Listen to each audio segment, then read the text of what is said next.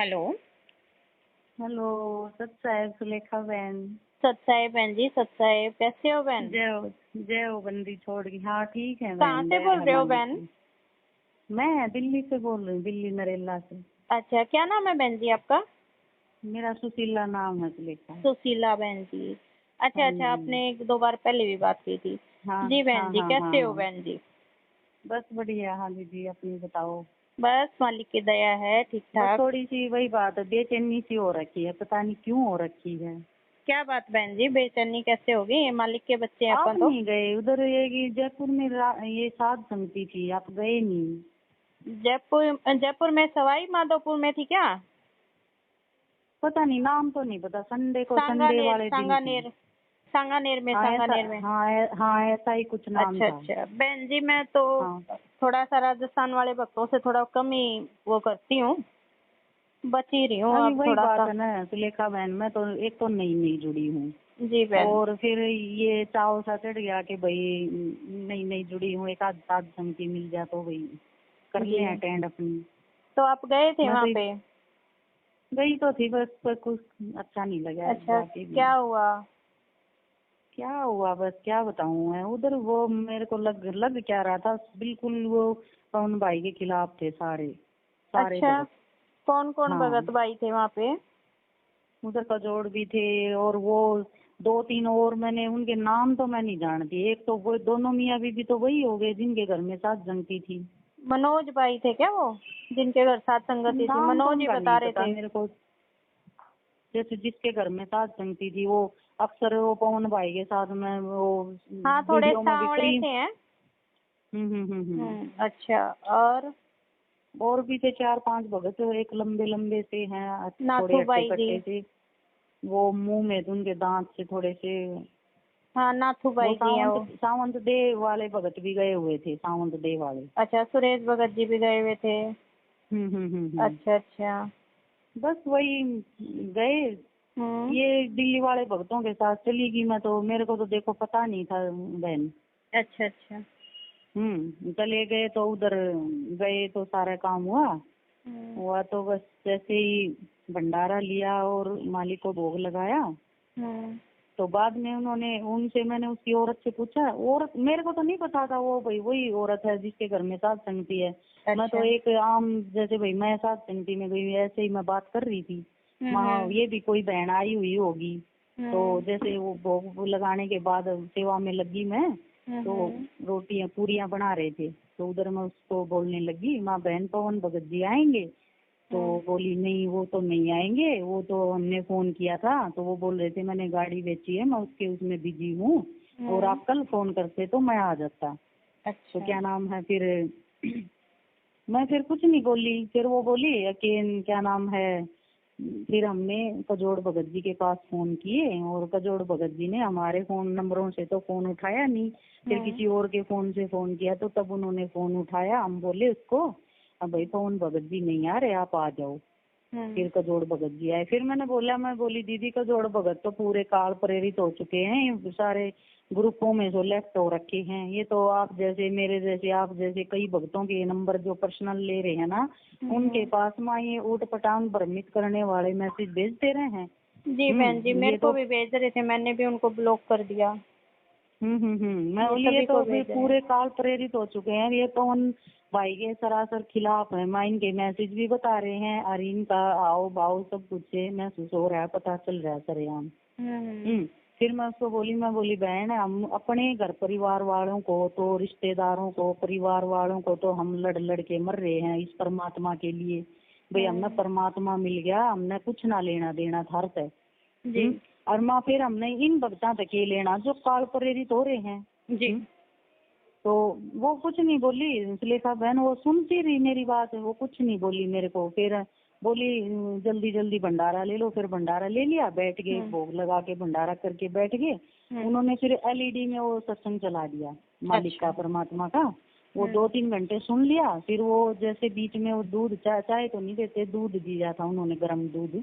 हम्म। तो वो जब बांट रहे थे ना, तो मैं उस एक भगत को मैं बोली, भाई माँ मैं इतनी दूर से आए हैं पैर उठा के, हम्म। माँ इधर कोई शंका समाधान वगैरह नहीं होगा क्या आज? ये सत्संग तो देखो भाई, आपको चाहे ये बात बुरी लगे, लेकिन सत्संग तो सबके घर में चलते ही रहे, जिसने नाम ले लिया उनके घर में। बिल्कुल। तो वो मेरे झटाक मेरे पास में बैठ गए, बोले बहन क्या शंका आपकी। मैं कौन बोली से भाई आके शंका बैठ तो गए? वही भाई थे, वो मेरे को नहीं पता था ये जिसके घर में साध संगति हो वही है मनोज, ये। मनोज भाई, अच्छा। हाँ, लेकिन वो बाद में बताया, वो महुआ वाले भगत जी ने मेरे को बताया, बोले ये वही है जिसके घर में साध संगति है। तो अच्छा। मेरे पास में बैठ गए। तो दीदी मैंने उनको कई सारी शंका बताई तो फिर मैंने पहली शंका यहाँ से शुरू कर दी। मैं बोली भाई मेरी पहली शंका ये है, मेरे को ये बता, मेरा आदमी है फौजी और वहाँ में वो उसने तो नाम नहीं ले रखा, वो तो मतलब दसवां से क्या नाम है मेरे को नहीं देगा, और क्या नाम है मैं मेरी सेवा कैसे लगाऊं, मेरे को ये बता, मैं चोरी करके लगाऊं या कैसे लगाऊं, मेरे को थोड़ा सुझाव दे, मैं इस चीज पे शंका में हूँ। तो क्या नाम है उन्होंने वो इसी बात पे मेरे को एक झटाक में उन्होंने जवाब दिया, बोला आपने कहाँ सेवा लगानी। मैं बोली भाई मेरे को सेवा जैसे पवन भाई बुक छपवा रहे हैं, अखबारों में निकलवा रहे हैं, और भी 1000 तरह की वो सेवा कर रहे हैं, तो मेरे को भी अपनी सेवा लगानी है उनके पास में। उनके पास में तो क्या सेवा तो मालिक की लगानी है भाई। फिर उनके थ्रू लग रही है ना हमारी। तो बोला आपको पूर्णतः विश्वास है कि पवन भगत सही जगह पैसा लगा रहा है। मैं बोली बिल्कुल भाई, भले ही मैं 1.5 महीने से जुड़ी हूँ, लेकिन मेरा दिल दिमाग जमीर मेरी आत्मा गवाही दे है कि वो परमात्मा का पाक साफ बच्चा है। तो दीदी उसका मुंह सा उतर गया ऐसे बोलते ही। फिर वो ममता बहन थी, वो भी मेरे पास में वो सोई पड़ी थी, इतना सुन के वो भी उठ गई। वो तो और तो कोई बात सुनाई दी नहीं दी, वो इतना ही सुन के वो भी हड़बड़ा सी की, वो भी तुरंत बोली कि और कहाँ लगाएगा पवन भाई, तो लगा तो रहे हैं। तो बोला पवन भाई क्या कर लेंगे, जैसे ऐड निकलवा रहे हैं, मान लिया एक ऐड निकलवा देंगे, कोई उस ऐड को देखेगा नहीं गा तो पैसे गए ना वेस्ट।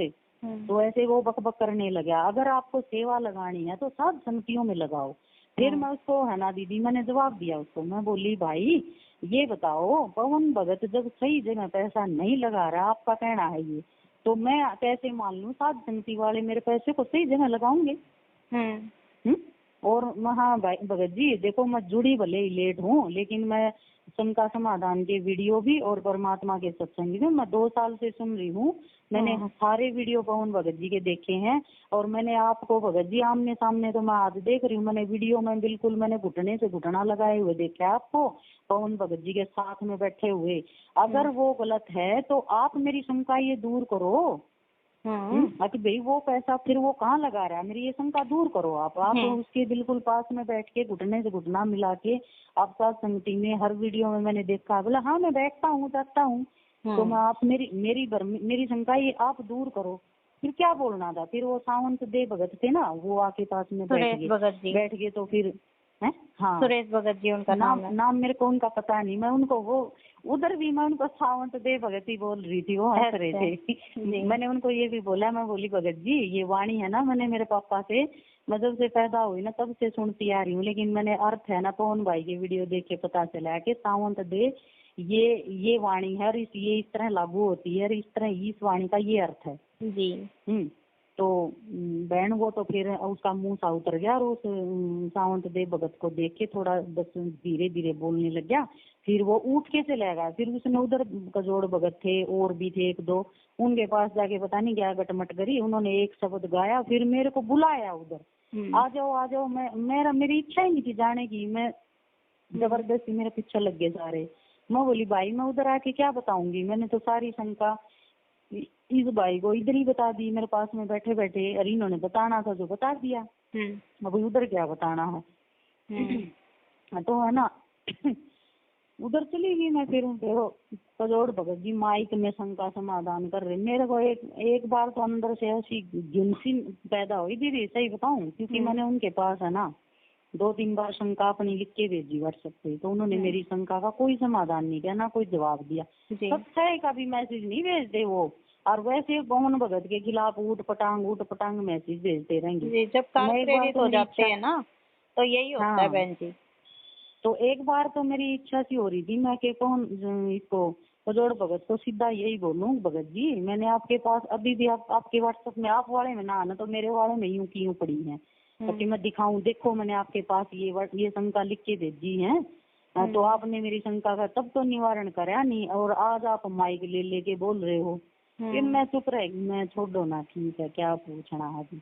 और एक शंका तो मैंने और तो छोड़ो, और तो छोटी छोटी थी, जैसे एक तो ये थी, मैं जैसे मेहंदी में ये लगाया करती दीदी ऑनलाइन, ये आंवला रीठा शिकाकाई मिला के ये लगाया करती बालों में। तो मैं बोली भगत जी, मैंने पवन भाई का वीडियो सुन लिया शंका समाधान का, ये मैं भी तो चलो मैं नहीं लगाऊंगी, ये मैंने ऑनलाइन मंगवा रखे हैं, ये मेरे पास पड़े हैं, क्या मैं इनको दही में मिला के लगा सकूं? तो उन्होंने मेरे को मना कर दिया।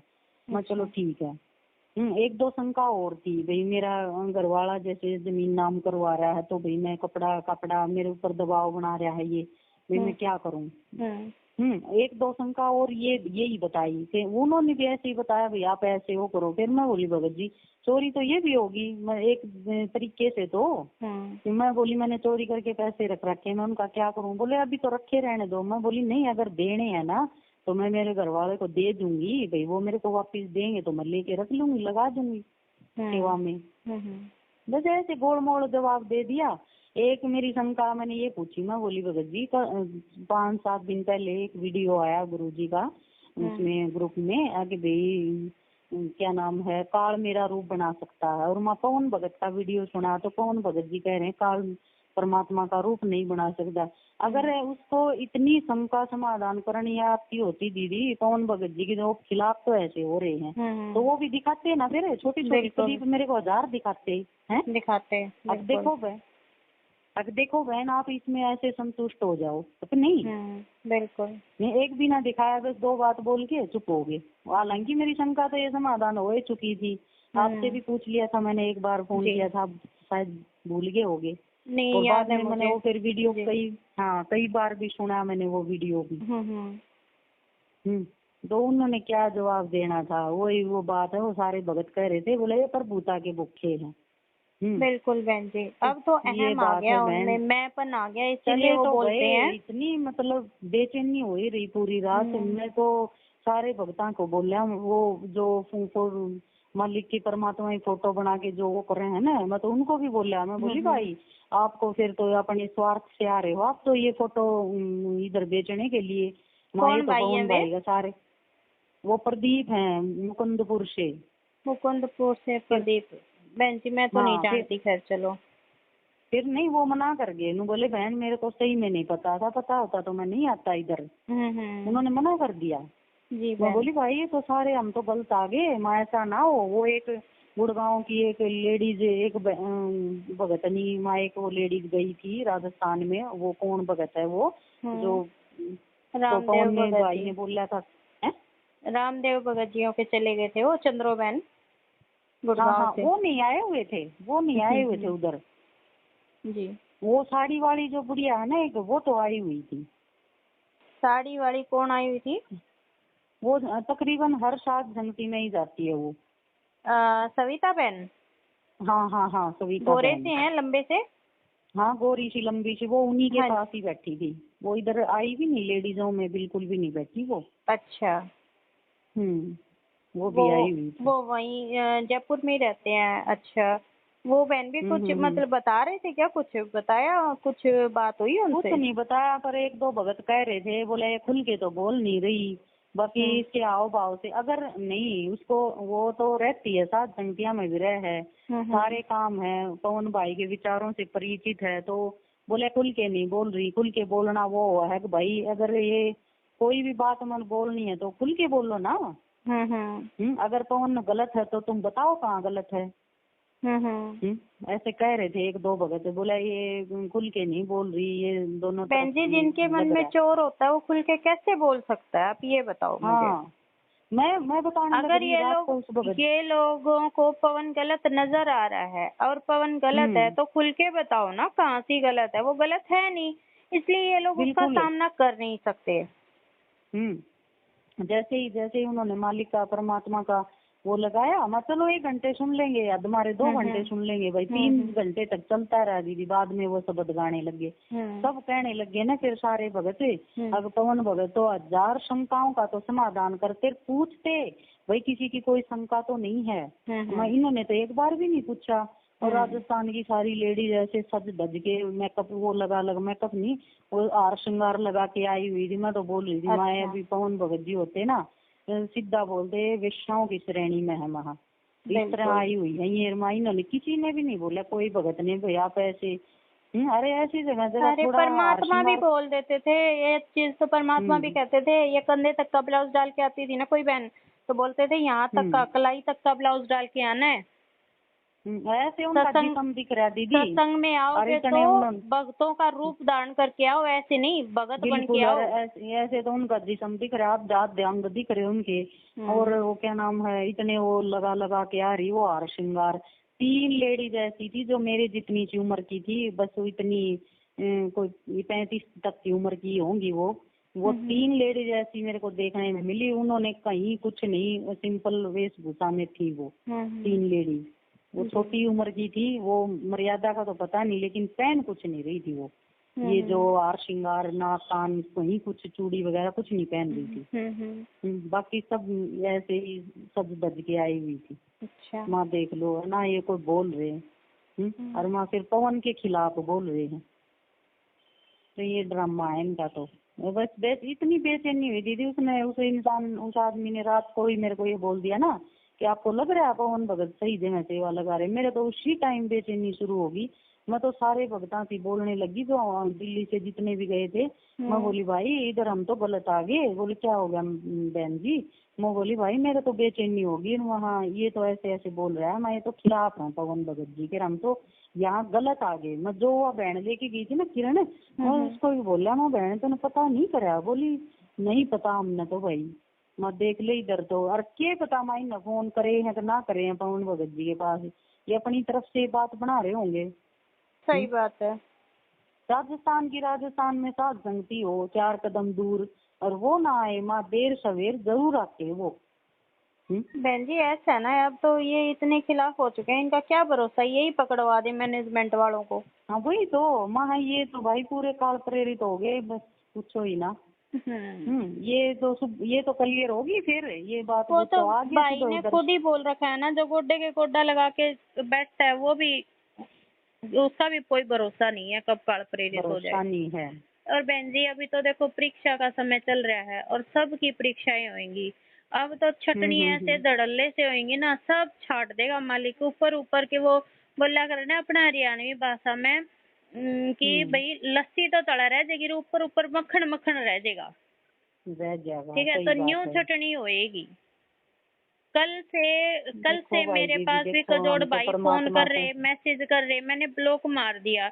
वो 2 महीने से ऊट पटांग मैसेज तो सारा दिन भेजते रहेंगे। मैं तो ब्लॉक कर दिया उनका नंबर।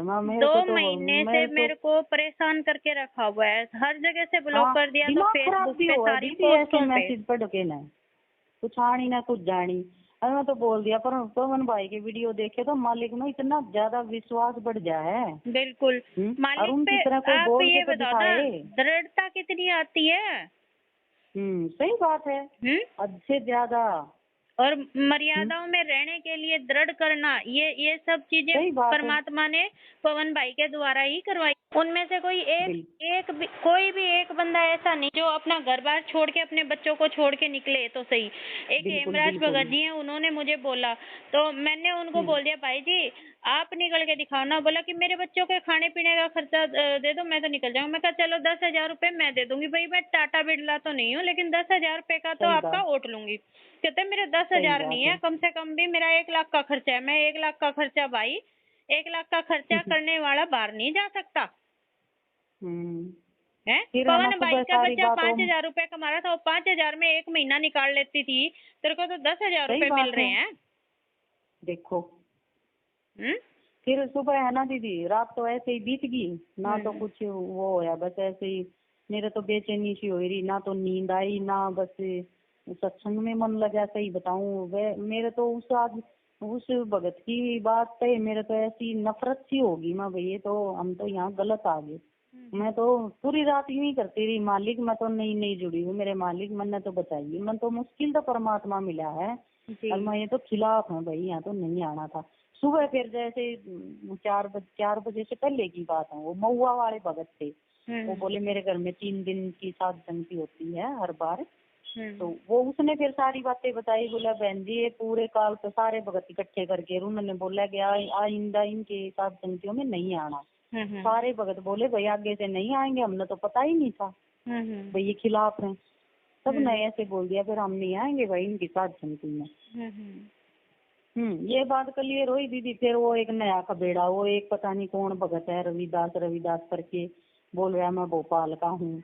अच्छा। वो दिल्ली की सारी बहना ने ऐसे ही परेशान कर रहा है, नंबर ले लेके पता नहीं उसका क्या ड्रामा है। मेरे को काम नहीं मिल रहा, मेरे को घर वाले नहीं रख रहे, मेरे को दरबार नहीं लगाने दे रहे हैं। उसने तो वो एक पूनम दासी है कोई, उसने 1000 रुपए दे के तो उधर सात संगति में भेजा, सात संगति करके आ गया। उसके घर जा रहा था, उसने फोन नहीं उठाए होंगे तो फिर मेरे पास फोन कर रहा। मैं तो नहीं जुड़ी थी, मैं तो सोचा है राहुल भगत आए हुए हैं सात संगति में, मैं तो राहुल भगत समझ गए।